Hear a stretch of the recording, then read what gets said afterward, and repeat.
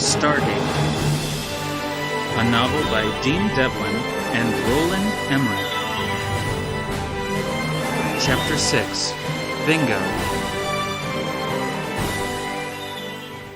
Kowalski, using both hands to balance a big tray of hot cafeteria food, used his boot to reach out and turn the doorknob.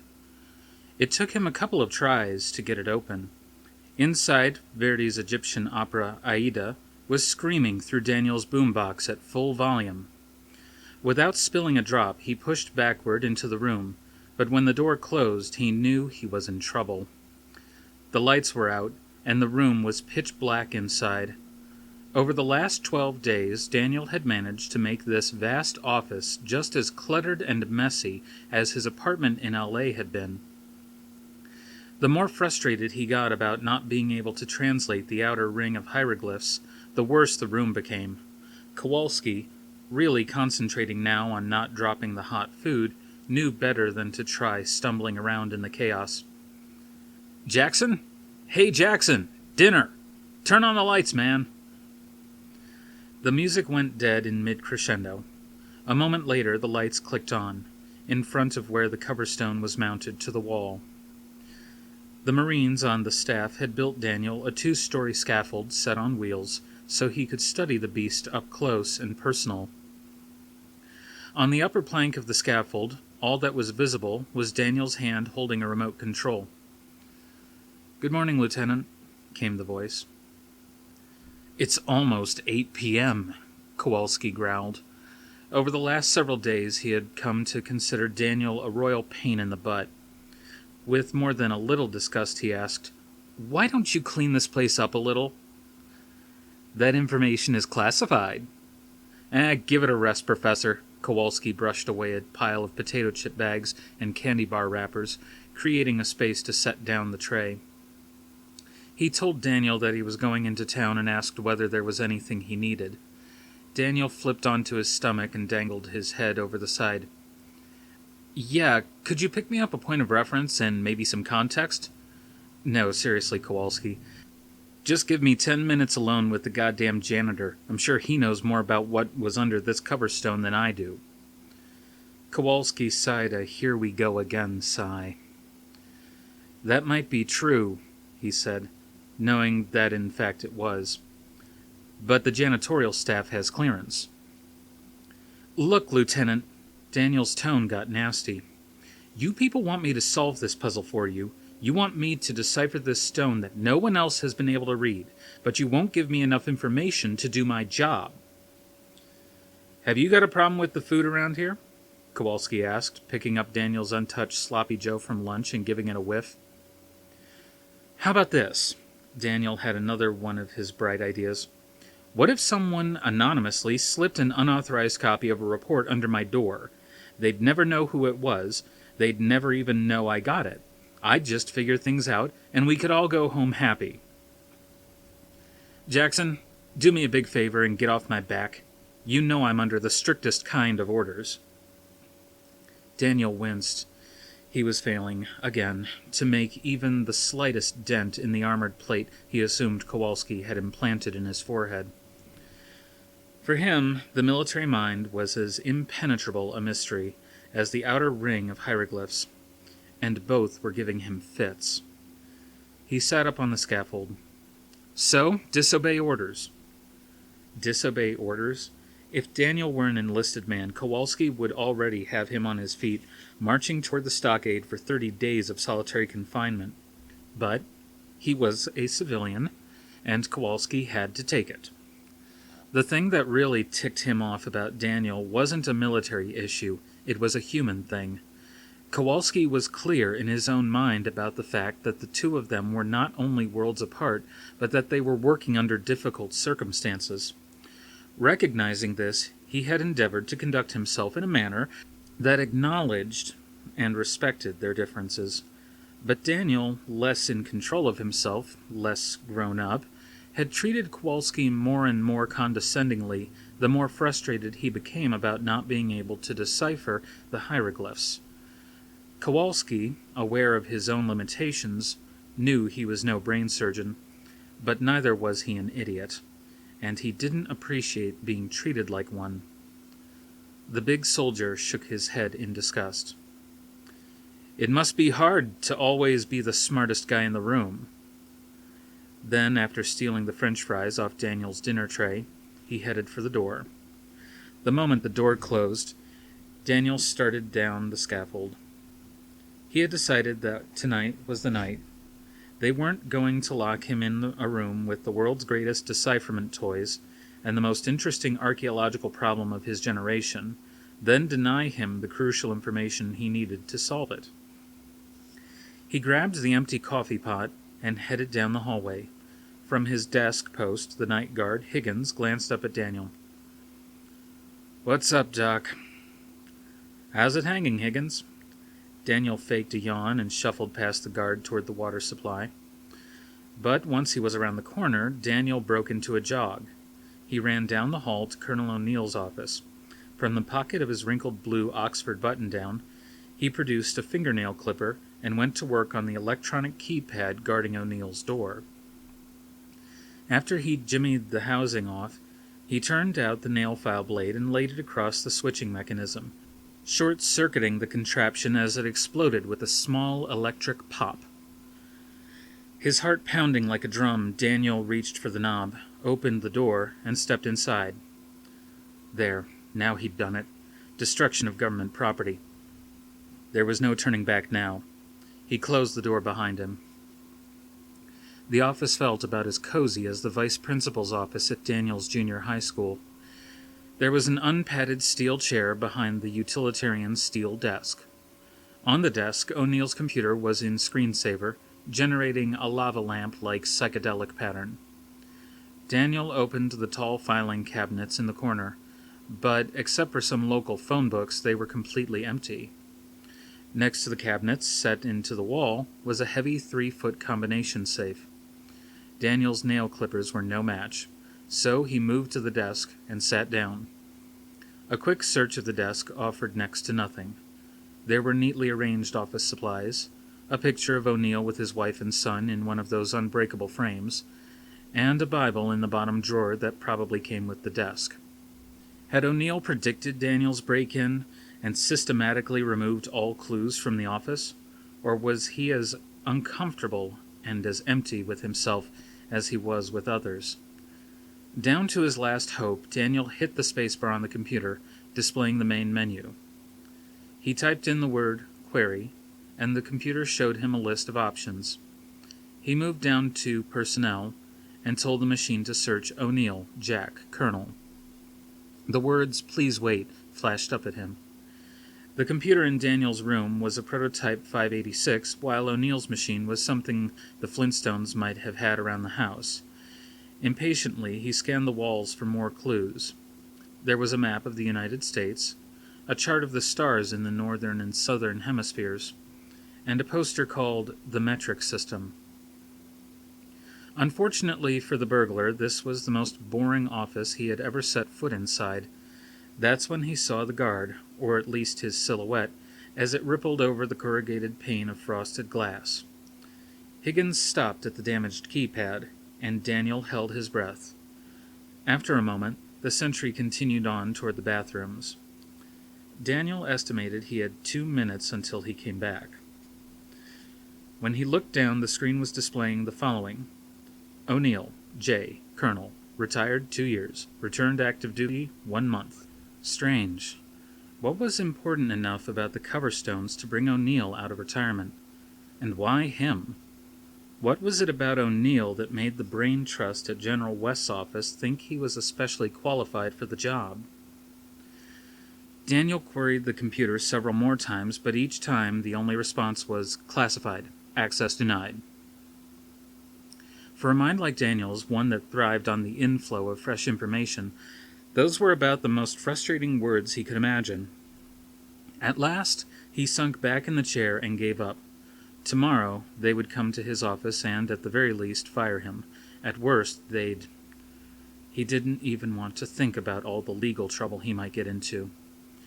But no matter what the Air Force or Marines did to him, he knew that his reputation among his peers, already in critical condition, had just been delivered to the coroner. Sliding the door open quietly, he peered outside. The coast was clear, but Daniel didn't move. Something was wrong. He closed the door again and walked over to the wall. What was O'Neill doing with a chart of the constellations? A star map?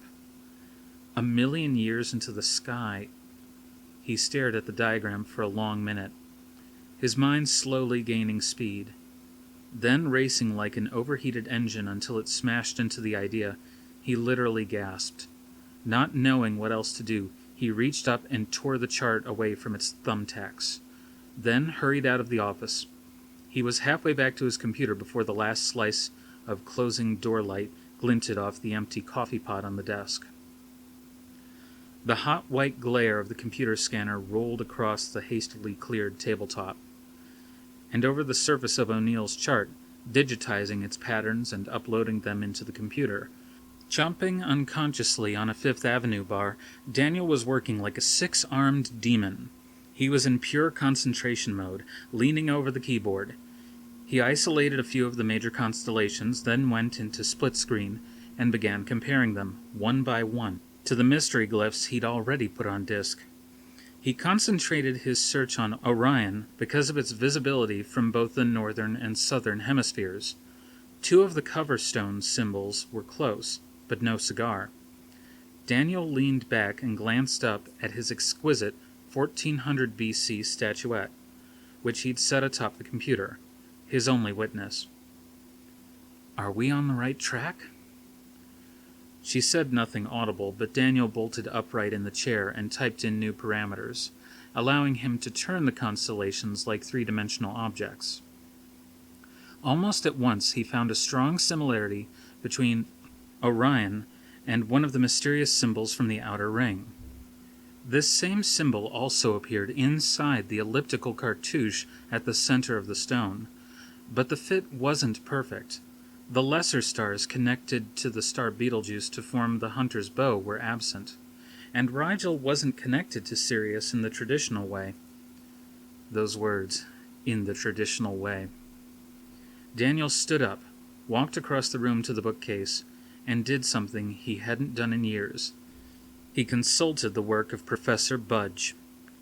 Opening to the appendices at the back, he found another map of the constellations, different from the first. Grinning now, he sat back down. He looked once more at the screen, then down at the book, then into the black eyes of his Egyptian companion. Bingo.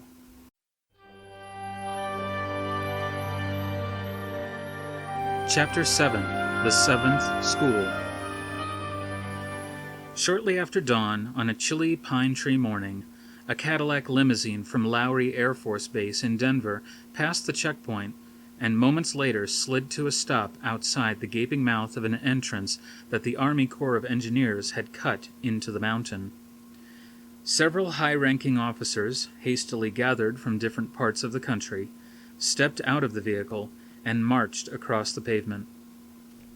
At the center of the group, a pace ahead of the others, was a stern soldier about 50 years old. The breast of his tight blue uniform jacket heavy with medals, it was General West, respected and feared by all who served under him. West was famous for 3 things: for always making the right decisions under pressure, for erupting into superhuman fits of rage when his orders were not executed exactly as he wished, and for being the best damn poker player in any branch of the armed forces. The group strode through the giant concrete doors, the silo's first line of defense, and into the chilly darkness of the mountain's interior.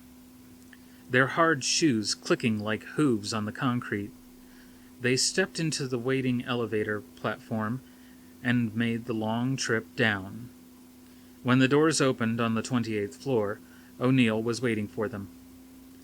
"Jack O'Neill, how the hell have you been, soldier?" O'Neill shook his hand and lied. "I've been good."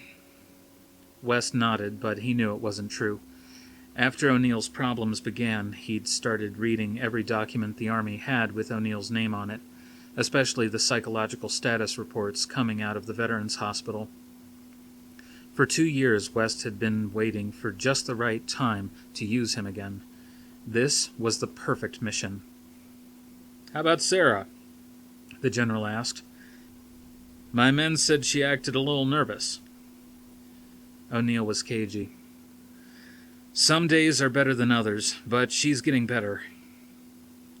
O'Neill, for his part, had no illusions about why the general had called him back. The words the officer had said to him back at his home still echoed in his mind. He wasn't being asked back in spite of his condition, but because of it. As the group continued their march toward the conference room, West spoke under his breath to the colonel. I've got a few things to tell you that I couldn't put in the report. Lieutenant Kowalski, a reluctant chaperone, pushed open the door to the conference room. When Daniel stepped inside, charts, books, and printouts threatening to spill from his arms, he got an ugly surprise. God damn it, he said to no one in particular. He had been expecting a one-on-one chat over donuts and coffee with the notorious General West. That had seemed foreboding enough. This room, however, was crammed with both military personnel and members of the scientific staff, all of them dressed to the gills. Daniel was wearing the same clothes he'd woken up in 30 minutes ago. Bleary-eyed, he looked around and recognized a few faces. Doctors Myers and Shore were there, some of the technicians he wasn't allowed to talk to for security reasons, and of course, O'Neill. The room was unlike the others in the silo. It was simply but tastefully decorated. Most of the space was occupied by a large circular mahogany table surrounded by 24 straight-back chairs. Daniel wondered how they'd ever gotten the table larger than the elevator down here. An elegant floral arrangement had been imported from somewhere, and the kitchen staff had set up a buffet table laden with fare vastly superior to the gruel he'd been picking at for the last 2 weeks. The whole scene felt swank and polished, like he'd stumbled into a cocktail party being held in the officers' club at West Point. This was not good. If these people were anything like the archaeologists he'd faced in L.A., they were going to think his theory about the coverstones was more anti-scientific mumbo-jumbo. What made it worse was that they all knew what was buried underneath the stone while he was shooting in the dark. He spotted Catherine holding court with a cluster of uniformed soldiers. She gave Daniel a wink, then paddled across the carpet toward him with one of the men in tow. Daniel, the old woman was glad to see him. There's someone I'd like you to meet. This is General West. Daniel, still loaded down with documents, did his best to extend a hand for the older man to shake. Hi. It's a pleasure to finally meet you, Professor. West gave the appearance of always knowing what he was going to say next. I read a few of your articles before I signed off on you participating here. He wasn't above using flattery. Oh, yeah? Daniel was both surprised and suspicious. What did you think? There was an edge of challenge in his question, as if Daniel wanted West to prove he'd understood. The last thing Catherine wanted was any sort of conflict between these two, so she tried to change the subject, but West gestured to her that he wanted to field the question. He looked Daniel dead in the eyes for a few seconds, a poker game habit, and then he bluffed. I've only got one criticism. Let me put it to you in military terms. West began. You are so goddamn concerned with protecting your flanks that you fail to push hard enough to take your objective. The whole time you're writing, you're looking over your shoulder, wondering what other academics are going to think of you. Well, the scientific method of my... Screw scientific method, son. There's only 2 explanations. You either haven't got the balls to buck conventional wisdom, or... And he paused for drama.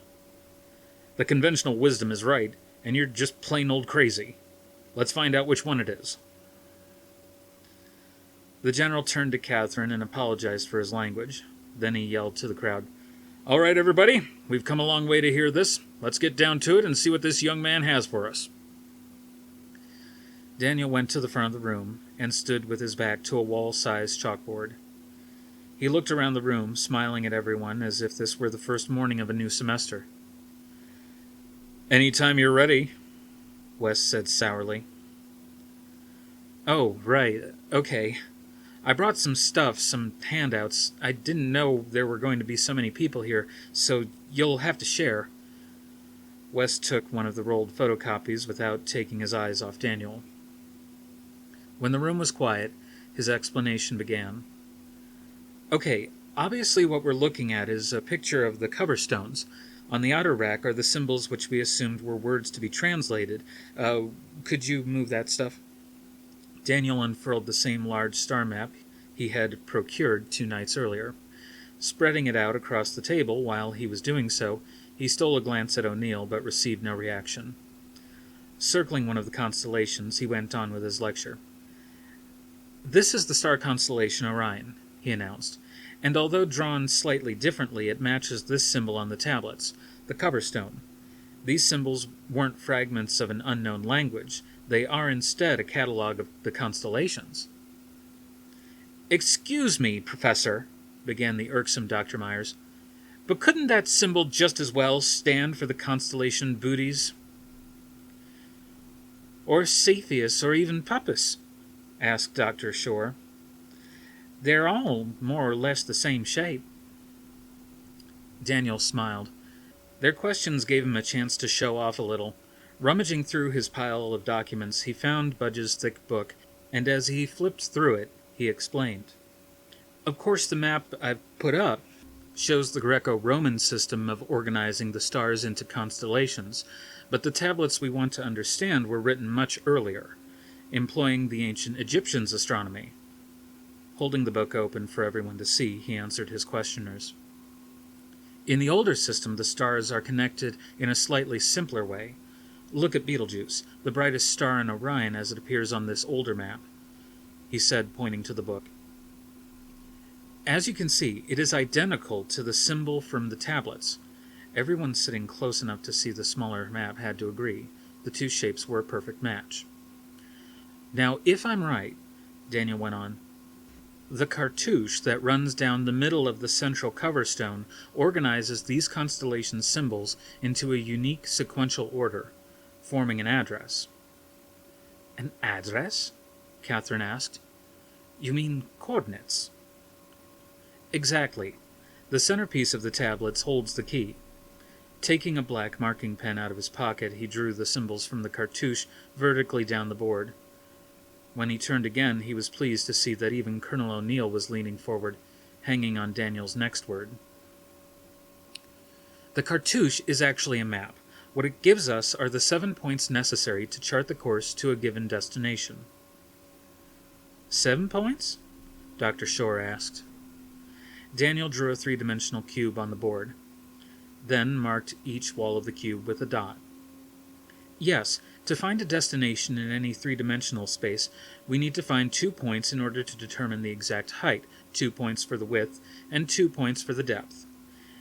Each time he drew a line connecting the dots on the opposing faces of the cube, leaving him with 3 intersecting lines.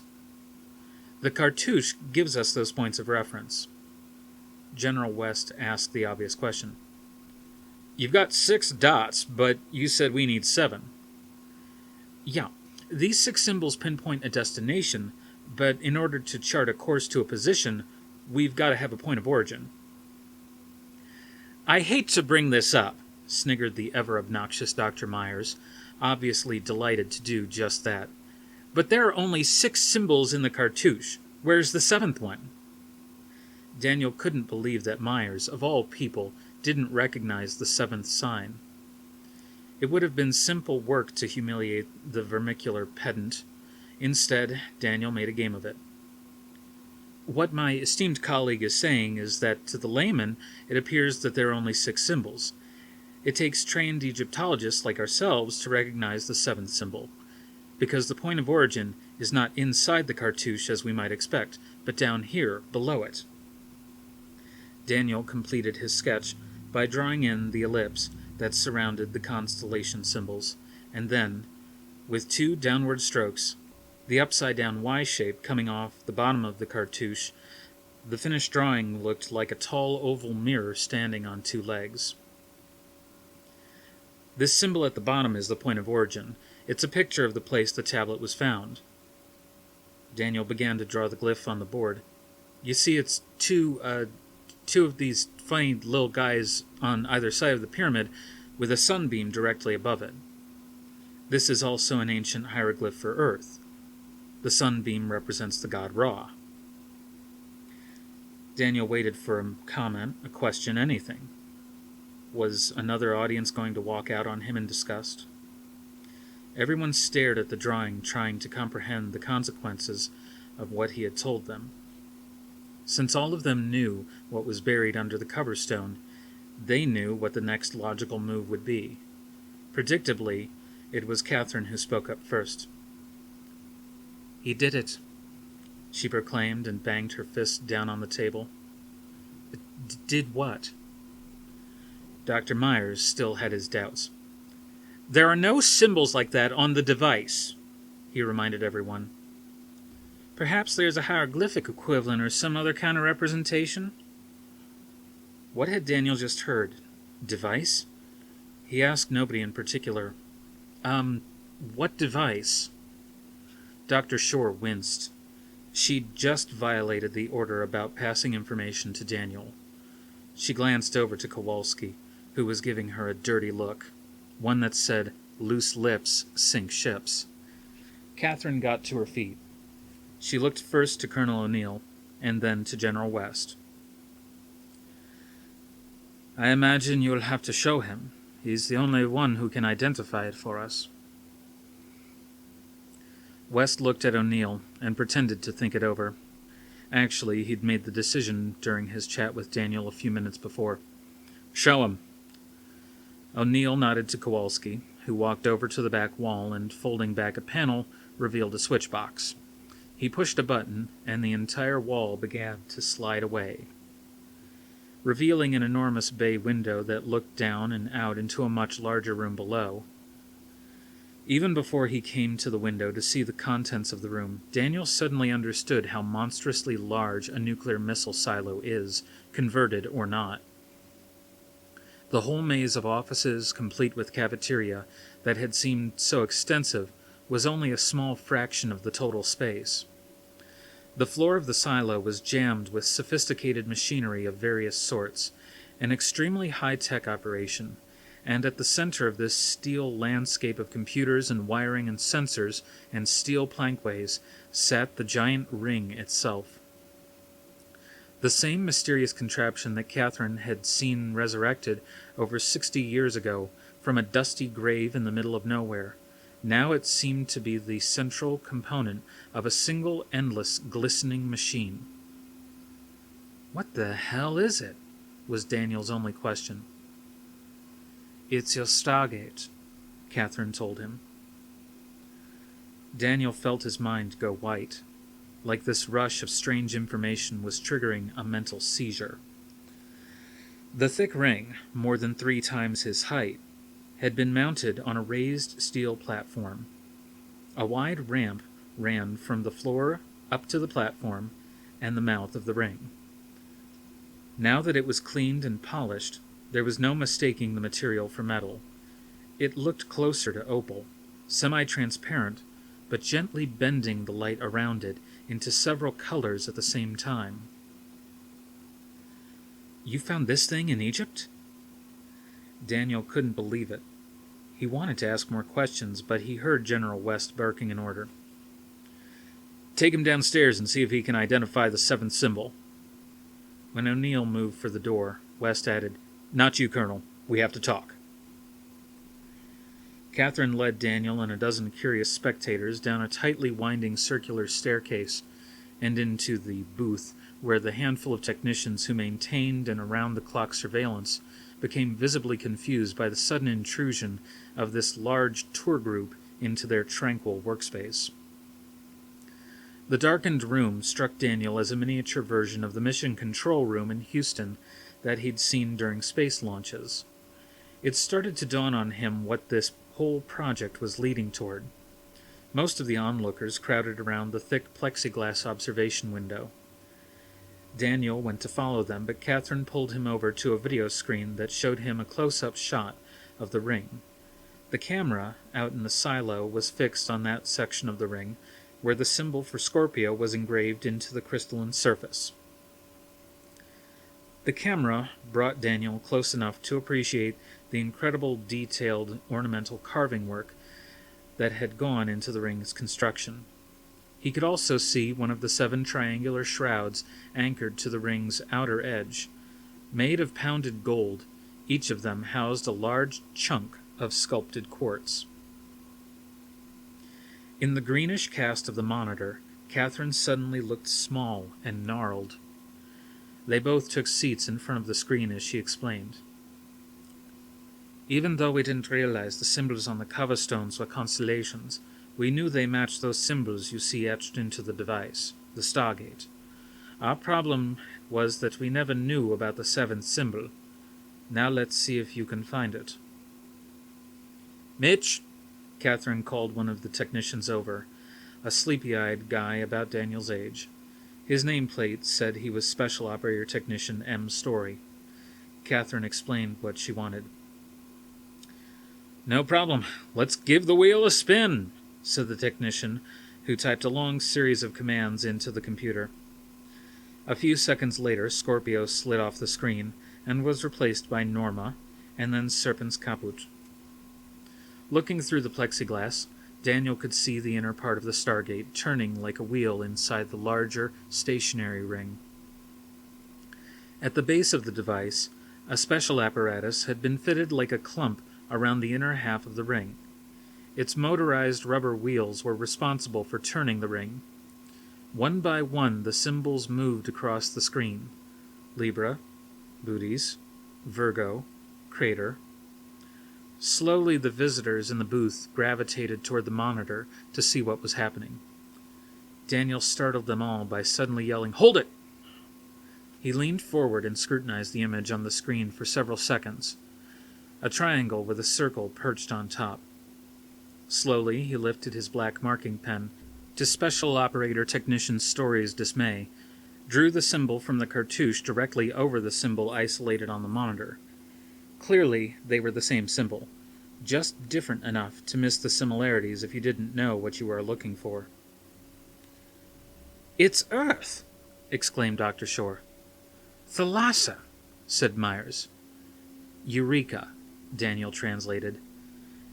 "It's been here under our noses the whole time." Story arched an eyebrow at the visitors, thoroughly confused. For Catherine, however, everything was suddenly very clear. She charged to the back of the room, picked up the intercom phone, and spoke in hushed tones to General West 1 floor above. When she returned to the group, she issued the order she'd waited her entire life to give. "Let's run a test." Like a magic incantation, those simple words transformed the booth into a madhouse of noisy activity. A uniformed soldier with a clipboard shouted out roll assignments. Technicians scrambled to their stations, yelling across the room for up-to-the-minute readings. A bank of large printers spasmed to life, and with much staccato squealing, began spitting out data. "Okay, Mitch, let's take it for a test drive," said Catherine, pulling up a chair next to Technician Stories. She nodded to Dr. Shore, who called out the first set of numerical coordinates. Story pecked at the keyboard with his 2 index fingers, somehow able to keep the numbers straight in his head. And then his enter. The very next second, the sliding inner wheel of the Stargate turned until the constellation Taurus was at the top. Like an overgrown combination lock, the ring registered the motion with an inaudible click. Immediately, the large shrouds surrounding the topmost quartz jewel separated. Like the jaws of a clamp, its 2 halves slid apart. Now the fist-sized brick of quartz had a clear path to the center of the ring. "Chevron 1 locked on," Story called out. The wheel reversed direction until the second figure on the cartouche, Serpens Caput, was at the top. But this time, one of the clamp-like chevrons near the bottom of the Stargate clicked open. As it did, a low-frequency hum began to fill the room, growing with intensity as the unlocking procedure continued. Slowly, everything in the room began to tremble slightly. "Chevron 3 locked on," Story alerted the room. Then he said to Daniel, "Do me a favor and grab that coffee cup." Continuing to hunt and peck without lifting his eyes from the keyboard, Daniel reached over and snagged the mug that was vibrating its way off the table. "Gracias." "De nada." "Chevron 5 is locked on." As each piece of the address was steered up to the top of the Stargate, and the whining hum from the machine rose in pitch, the mood in the room grew tense. Daniel silently called the names of the constellations: Serpens Caput, Capricornus, Monoceros, Sagittarius, Orion, and soon the seventh symbol, Earth. As the sixth symbol, Orion, locked into place, Catherine turned to Daniel and whispered to him, "This is as far as we've ever been able to get." By the thick tension in the room, Daniel could feel she was telling the truth. Everyone in the room held their collective breath, awaiting the locking in of the seventh symbol.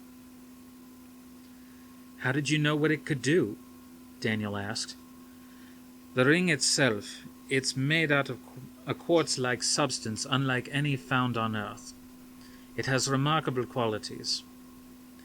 Before Catherine could go on, Story yelled out to the room, "Chevron 7 is locked on!" As soon as the seventh sign was in place, the shaking in the room dropped away and became instead a rich, deep tone. It sounded almost like the lowest possible note on an old pipe organ.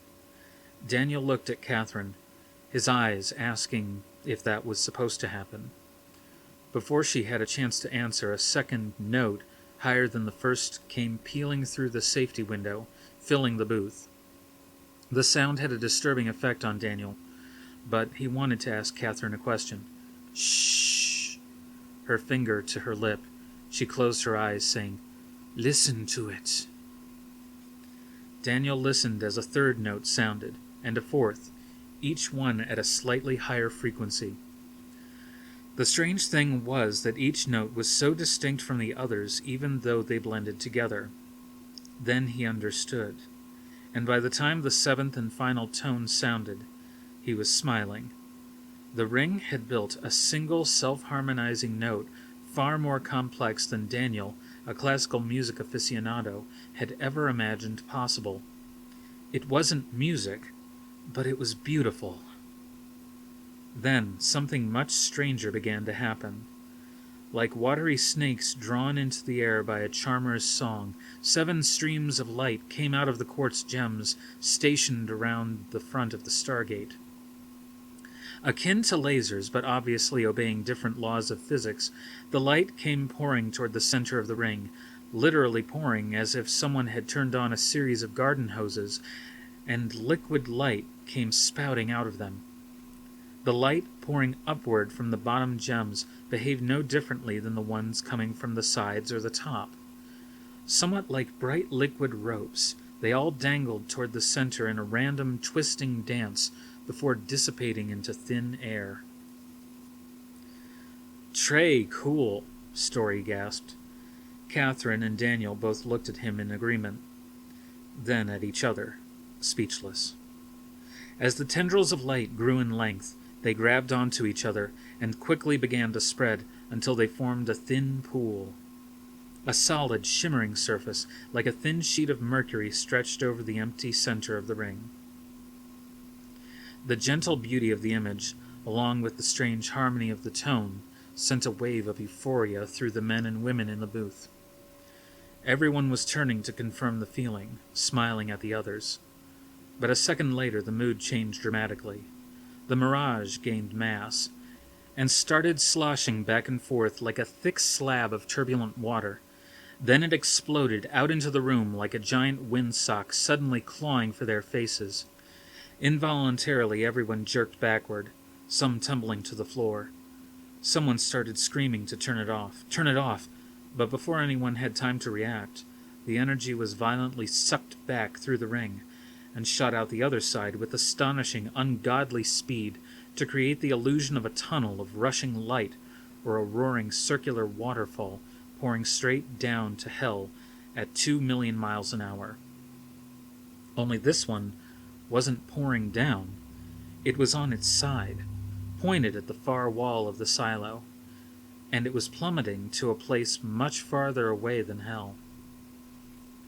By now, every computer in the booth was screaming its own version of bloody murder, lights pulsing, printouts sputtering, and the technicians attached to each machine were fighting to keep up with the inputs. Catherine yelled at the people nearest the observation window, asking whether the soldiers surrounding the Stargate were okay. Fortunately, they were. "It's guiding itself," shouted a technician at the far end of the room. Dr. Shore, leaping over stray cable, ran back to see what he had. The man showed her a detailed schematic of the universe with a blue dot pulsing on the screen to represent Earth. A small red X, a laser crosshair, began to trek across the monitor, leaving Earth and traveling through the galaxy until it stopped at the far end of the screen. Shore, eyes wide, shouted to Catherine, "It's locked onto a point in the Syrian galaxy. It's got mass. Could be a moon or something. Maybe a large asteroid." "Did you say Syrian galaxy?" Daniel was scratching his head. "Isn't that on the other side of the known universe?" "Yes, it is." Catherine was nervous, but obviously enjoying the moment. The phone rang, and Story snapped it up quickly without missing a beat on his keyboard. It was General West, calling down from the room directly above them. As the technician listened, the expression on his face slowly became one of disbelief. "You what?" he asked incredulously, but the next moment his tone of voice had changed. Yes, sir, right away, sir." "What is it?" Catherine asked over the noise. "They want to send a probe through," Story explained, his eyes wide with skepticism. "A probe?" Catherine had no idea what West was asking for. She was about to get back on the phone when, through the observation window, she saw a pair of soldiers wheel in a refrigerator-sized device with a long mechanical arm. A mobile analytical laboratory probe. The MALP, or Maple Unit as it was called, was pushed to the base of the ramp leading to the Stargate. It was a giant, awkward, one-armed steel monster designed by Caltech in Los Angeles that looked like Santa's sleigh redesigned for the 23rd century. Miniature video cams, atmospheric testing devices, an automatic chemistry lab, paper-thin radar dishes to scan for broadcast waves. The clumsy contraption had taken 3 years to build and was worth several $1 million. While the probe was being readied, a squad of 8 or 9 heavily armed Marines jogged in and took up defensive positions around the Stargate. Daniel scoffed. Who in the world were they expecting to break in and disrupt their little test? One more glaring instance of military paranoia, he thought. The phone rang again. This time Myers was ready to pounce. "This is Dr. Gary Myers." "Yes, General." "Yes, sir." "We're prepared to monitor any and all activity sent through the gate." "Yes, sir, it should be able to record that type of transmission, yes." As soon as he hung up, Myers immediately made his way to one of the computer banks and began explaining something to the technicians. Most eyes in the room were still on Catherine, waiting for her instructions. Although she resented being kept in the dark about the probe, she looked around the room, then yelled enthusiastically, "Let's send it through and see what happens." The technicians in the silo hooked the probe to a tow chain like the ones used to pull roller coaster cars to the top of that first steep hill. When they were finished, they turned and looked up to the conference room above the booth. General West nodded, approving the release of the probe. The technicians rushed away from the ramp, just as the towing chain lurched into action. While the probe trundled tank-like up the ramp toward the turbulent light storm, Daniel asked Catherine an urgent question. "Isn't it just going to smash into the wall?" "It shouldn't." Daniel moved several steps toward the back of the booth, just in case she was wrong. When the probe came to the top of the ramp and nosed into the energy field, there was an audible power surge, just as the first atoms of the machine were being visibly sucked into the tunnel. The body of the machine was swallowed up by the energy field, and a blinding white light flared out into every corner of the room. When they were able to turn and look again, the probe was gone. The high-ranking military personnel visiting the booth erupted into cheers for a second until they realized the test wasn't over. Daniel, dumbstruck, astonished, dazzled, turned to Catherine for an explanation. The old woman wiggled her eyebrows and said, It's starting to get exciting, isn't it? What's happening now? Daniel noticed the technicians were still glued to their monitors. We're waiting to see if it can send data back through the gate, Myers told him. They waited for a minute, but nothing happened. Daniel whispered a question to Catherine. How long have you guys been working on this? My father found it near Giza when I was a child, but the Egyptian government didn't release it until 1974. Then we had to get it from the British, and it took forever to get our financing. From the Pentagon? Daniel's distaste was plain. That hit a nerve. Catherine snapped back. I've been involved with this project since I was 9 years old. It took me more than 50 years to find the money, and without it the whole project would have been scrapped. What would you have done? Just then Dr. Shore shouted, Something's coming in! Now it was the technician's turn to raise a shout. All eyes turned to Dr. Shore, who was monitoring the inflow of data through the gate. After a few seconds, the signal started to die. We're losing it. We're down to 30%. Down to 5. When Shore pronounced the signal dead, the inner ring of the Stargate turned on its own and shut down. Catherine joined most of the other technicians crowded around Shore's workstation. Daniel leaned over to Story and asked what was happening. The probe, he explained, was sending us data, but it's all digitally encrypted and compressed. It's going to take a couple of minutes to unpack and decode the transmission and see if we got anything worth sneezing at. While a cluster of technicians, led by Myers, crowded around a bank of computers at the back of the room, the mood of anticipation in the room was so thick, the collective blood pressure of the room rose precipitously. Seconds later, Dr. Myers made the announcement. We got it! Now the room went crazy. Everyone began cheering and shaking their fists in the air. The entire science staff started hugging each other. Suddenly, they were in control of significant detailed data about a piece on the far side of the universe. After months of sweating it out in these remote underground tunnels, the really exciting part, from a scientific point of view, was just about to begin. Complete strangers exchanged high fives. Myers approached Daniel and, in his excitement, went to give him a hug, but at the last minute settled for a handshake. Congratulations, really. You did amazing work. And a moment later, Dr. Shore planted 6 kisses on his cheek, saying, You're a goddamn genius is what you are. Daniel smiled and returned all the compliments. He couldn't remember a time when he'd seen a group of PhDs anywhere near this happy. As the celebration continued, he found Catherine and pulled her aside. You're planning to go through that thing, aren't you? Yes, that's exactly what this is all about. As she was speaking these words, a group of soldiers entered the booth and took up positions around the mainframe computer. 2 of the soldiers, obviously familiar with the room, walked through, pulling out removable hard disks and gathering up notebooks. They took all the information recently downloaded from the Maple unit. At first, many of the celebrants didn't notice what was happening, and those who did had no idea what the men were doing, but the soldiers' attitudes made it clear that they weren't sent to open champagne bottles. Dr. Myers walked over and got right in their faces. What's going on here? What's the meaning of this? Just then the intercom phone rang again, and as the impromptu party changed into a series of fierce arguments, Catherine dashed to pick it up. After a moment, she yelled at the top of her lungs, Quiet, everyone! Then she went back to her conversation, with General West looking just as eager as a 16-year-old girl talking to her prom date. She must have said, I understand, 10 times in 20 seconds. Her expression darkened each time she spoke the words. Now everyone was quiet, concerned. She hung up and faced the room.